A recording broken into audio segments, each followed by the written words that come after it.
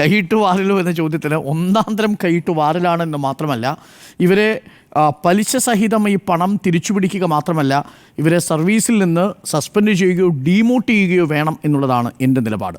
എന്തുകൊണ്ടെന്നാൽ ഞാൻ ആ കണക്ക് പരിശോധിക്കുകയായിരുന്നു. 1458 സർക്കാർ ജീവനക്കാരാണ് ക്ഷേമ പെൻഷൻ വാങ്ങുന്നത്, സാമൂഹ്യ സുരക്ഷാ പെൻഷൻ.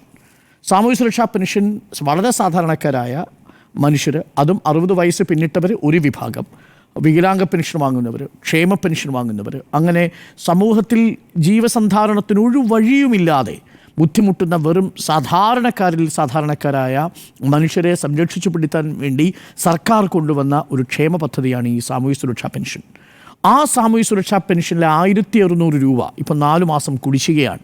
ആ 1600 രൂപ വീതം മാസത്തിന് കാത്തിരിക്കുന്ന മനുഷ്യരുണ്ട്. നമ്മൾ ഓരോ റിപ്പോർട്ടുകളിലും ആ മനുഷ്യരെ കണ്ടിട്ടുണ്ട്. അവർക്ക് മറ്റൊരു വഴിയുമില്ലാതെ ഈ പെൻഷൻ വരുമ്പോൾ മാത്രം അതിൻ്റെ പകുതിയിലേറെ, ഒരുപക്ഷെ അത്രയും തന്നെ വീണ്ടും ചികിത്സാ ചെലവിന് വേണ്ടി മാറ്റിവെക്കേണ്ടി വരുന്ന അമ്മമാരെയും അച്ഛന്മാരെയും നമ്മൾ കണ്ടിട്ടുണ്ട്. ആ 1600 രൂപ വാങ്ങിയവരുടെ ലിസ്റ്റ് ഇന്ന് പുറത്തു വന്നപ്പോൾ നമ്മളെല്ലാവരും ഞെട്ടിപ്പോയി. അതിൽ 2 പേര് കോളേജ് അധ്യാപകരാണ്. അതിലൊരാൾ തിരുവനന്തപുരത്ത് ജോലി ചെയ്യുന്നു, മറ്റൊരാൾ പാലക്കാട് ഒരു സർക്കാർ കോളേജിൽ ജോലി ചെയ്യുന്നു. ഈ 2 കോളേജ് അധ്യാപകരുടെയും ശരാശരി ശമ്പളം എന്ന് പറയുന്നത് മാസം 85,000-നും 95,000-നും ഇടയിലാണ്. 85,000 രൂപയിൽ പുറത്ത് ശമ്പളമുള്ള 2 കോളേജ് അധ്യാപകർ 1600 രൂപ സാധാരണക്കാരന് കിട്ടേണ്ട പെൻഷൻ അനധികൃതമായി കബളിപ്പിച്ച് ചതിയിലൂടെ, വഞ്ചനയിലൂടെ വാങ്ങുന്നു എന്നുള്ളതാണ് നമ്മുടെ മുൻപിലുള്ള ഏറ്റവും പച്ചയ യാഥാർത്ഥ്യം. അവർ മാത്രമല്ല കേട്ടോ, 3 ഹയർ സെക്കൻഡറി അധ്യാപകരുണ്ട്. ഇവരെന്താണ്, ആരെയാണ് പഠിപ്പിക്കുന്നതെന്ന് നമ്മൾ ആലോചിച്ച് നോക്കണം.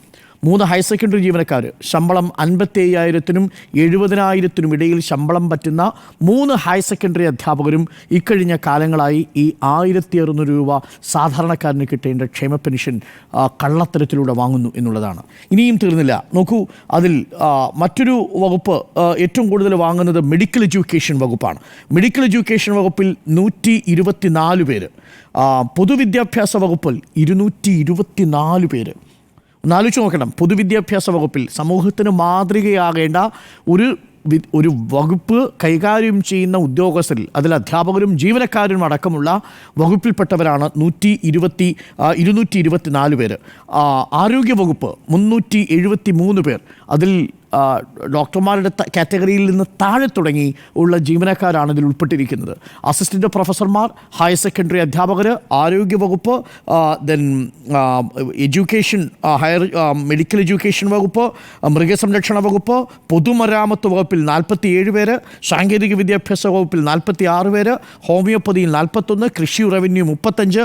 ഇനിയൊരു കൗതുകകരമായൊരു കണക്കുണ്ട് കേട്ടോ. ജുഡീഷ്യറി ആൻഡ് സോഷ്യൽ ജസ്റ്റിസ് വകുപ്പ്, സാമൂഹിക നീതി ഉറപ്പാക്കേണ്ട വകുപ്പിലും ജുഡീഷ്യറിയുമായി ബന്ധപ്പെട്ട വകുപ്പിലും 34 പേര്, ഇൻഷുറൻസ് മെഡിക്കൽ സർവീസിൽ 31 പേര് എന്നിങ്ങനെയാണ് സാമൂഹ്യ സുരക്ഷാ പെൻഷൻ വാങ്ങുന്നവരുടെ നീണ്ട പട്ടിക. ഇതുകൊണ്ട് ഇപ്പോൾ ഇതെങ്ങനെ സംഭവിച്ചു എന്നുള്ളതാണ് ഇനിയിപ്പോൾ സർക്കാർ പരിശോധിക്കുന്നത്. ഇത് കണ്ടെത്തിയ വഴി ഇങ്ങനെയാണ്. സർക്കാർ ജീവനക്കാരുടെ വിവരങ്ങളടങ്ങുന്ന ഡാറ്റ വരുന്നത് സ്പാർക്കിലാണ്. പെൻഷൻകാരുടെ മുഴുവൻ ഡാറ്റയും ഉള്ളത് IKM-ലാണ്, അഥവാ ഇൻഫർമേഷൻ കേരള മിഷൻ്റെ വെബ്സൈറ്റിലാണ്. അപ്പോൾ ഇൻഫർമേഷൻ കേരള മിഷൻ്റെ കയ്യിലുള്ള പെൻഷൻകാരുടെ ഡാറ്റയും സ്പാർക്കിലുള്ള ജീവനക്കാരുടെ ഡാറ്റയും തമ്മിൽ ക്രോസ് മാച്ച് ചെയ്തപ്പോൾ ഇതിൽ ഓവർലാപ്പായി കണ്ടെത്തിയതാണ് ഈ 1458. അങ്ങനെ കണ്ടെത്തിയ ലിസ്റ്റാണ് ഇന്നിപ്പോൾ പുറത്തു വന്നപ്പോൾ 2 കോളേജ് അധ്യാപകരും 3 ഹയർ സെക്കൻഡറി ജീവനക്കാരും അടക്കം 1458 പേര് ഈ 1600 രൂപ ക്ഷേമ പെൻഷൻ വാങ്ങുന്നത്. ഇവരെ ഞാൻ പറയുന്നത് സർവീസിൽ നിന്ന് പിരിച്ചുവിടണം എന്നാണ് ഞാൻ പറയുന്നത്. കാരണം നോക്കൂ, ഇതൊരു പൊതുസമൂഹത്തിൻ്റെ ഉന്നതിക്ക് വേണ്ടി സാധാരണക്കാർക്ക് കൊണ്ടുവന്ന ഒരു പദ്ധതിയെ അടിച്ചു മാറ്റി കൊള്ളയടിക്കാൻ ശ്രമിച്ചവരാണ്. അത് സർക്കാരിൻ്റെ പദ്ധതിക്കെതിരാണ്. ഇങ്ങനെയുള്ളൊരു മാതൃകാപരമായി എങ്ങനെ സേവനം നടത്തുക? ഇവർ ഏതു മേഖലയിൽ പണിയെടുത്താലും ഇതേ വഞ്ചനയും ചതിയും കാട്ടില്ലേ? പ്രത്യേകിച്ച് അധ്യാപക മേഖലയിൽ നിൽക്കുന്ന ജീവനക്കാരാണെങ്കിൽ അവർക്കെതിരെ കർശന നടപടി തന്നെ ഉണ്ടാവണം, മാതൃകാപരമായ നടപടി ഉണ്ടാവണം. ഇത് 1600 രൂപ കൂടി ഇങ്ങ് പോന്നോട്ടെ എന്ന് വിചാരിക്കുന്നൊരു മനസ്സുണ്ടല്ലോ.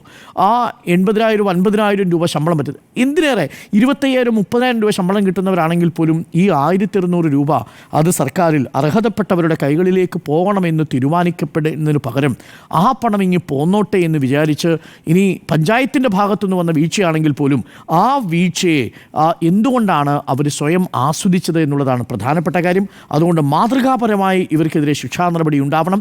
എത്രയും പെട്ടെന്ന് ഇവരെ പ്രത്യേകിച്ച് അധ്യാപക തസ്തികകളിലാണെങ്കിൽ അവരെ ഇമ്മീഡിയറ്റ് ഇഫക്റ്റ് അവരെ സസ്പെൻഡ് ചെയ്യുക എന്നുള്ളതാണ്. അത് സമൂഹത്തിന് കൊടുക്കുന്ന ഒരു സന്ദേശം അതല്ലെങ്കിൽ വളരെ അപകടം പിടിച്ചതായിരിക്കും.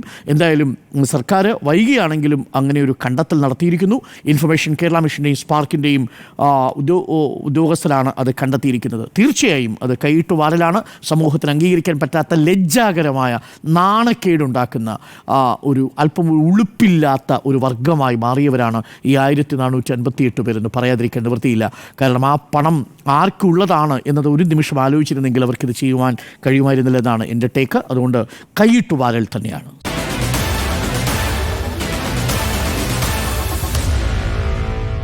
Meet the editors.